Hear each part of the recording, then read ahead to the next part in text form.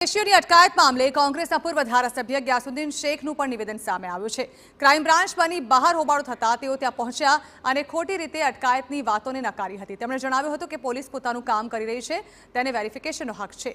જે પણ ભારતીય છે તેમણે કોઈ ચિંતા કરવાની જરૂર નથી, પરંતુ જેમની પાસે કોઈ પુરાવા નથી તેમણે હવે ગુજરાત છોડીને બાંગ્લાદેશ જતા રહેવું જોઈએ।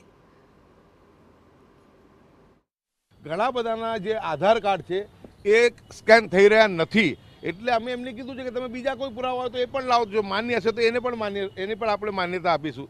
પરંતુ કોઈએ જે આ પેનિક કરવાની જરૂર નથી। આ તો ચારે તરફથી અમદાવાદમાંથી મારી પર ફોન આવતા હતા કે ભાઈ લોકો આ રીતના ત્યાં હોબાળો કરી રહ્યા છે, લોકોને ખોટા લોકોને લઈ આવે। મને ત્યારે જ ખબર હતી કે ખોટું આની અંદર લઈ આવવાનું હોય નહીં, વેરિફિકેશન જ હોય। એટલે આપના માધ્યમથી જે લોકો પાસે પુરાવા છે એમને ચિંતા કરવાની જરૂર નથી, અને જેની પાસે પુરાવા નથી એમને હવે ગુજરાત છોડીને બાંગ્લાદેશ પાછા ભાગી જવું જોઈએ, એ સીધો મેસેજ છે, આમાં બીજી કોઈ વાત નથી। તો ગેરકાયદે